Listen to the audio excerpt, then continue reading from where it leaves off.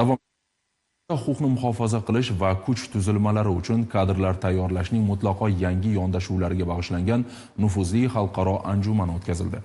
Murodjon Axatov tafsilotlar bilan.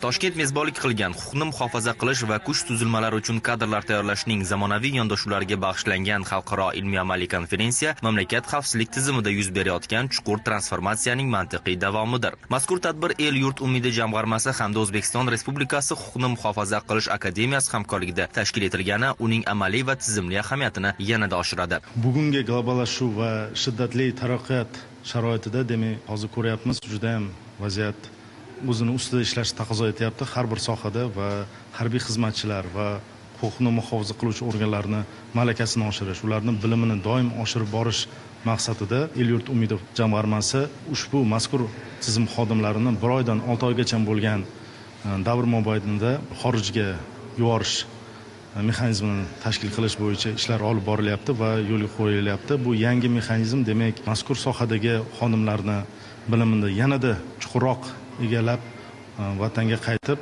shu o'zligini sohasida tatbiq qilish bilan shug'ullanishga yo'l ochib berish bilan harakatdamiz. Anjumanda alohida qayd etilgandek, tahdidlar keskin o'zgarmoqda. Kiberjinoyatchilik, sun'iy intellektdan noqonuniy foydalanish, raqamli manipulyatsiyalar kabi xavflar endilikda an'anaviy yondashuvlar bilan emas, balki oldindan prognozlash va tezkor moslashuvni talab etuvchi proaktiv model orqali bartaraf etilishi zarur.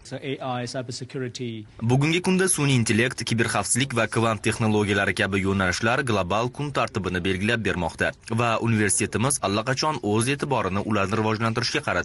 Biz nafaqat to'plangan tajriba bilan o'rtoqlashishdan, balki talabalardan tortib boshqaruvchilargacha bo'lgan iqtidorli yoshlarni tizimli tayyorlashni birgalikda yo'lga qo'yishdan ham mamnunmiz. Biz ushbu hamkorlikni Gonkong va O'zbekiston o'rtasida avvalo kelajak kadrlarni tayyorlash sohasidagi strategik sheriklikning muhim boshlanishi deb bilamiz. O'zbekistonning mazkur yo'nalishdagi yondashuvi xalqaro hamkorlik, institutsional islohotlar va maqsadli kadrlar tayyorlash uyg'unligi xavfsizlikni boshqarishning yangi modelini shakllantirayotganini ko'rsatadi. Murodjon Axatov, Komron Rahmonov, Zamon informatsion tahliliy dasturi uchun.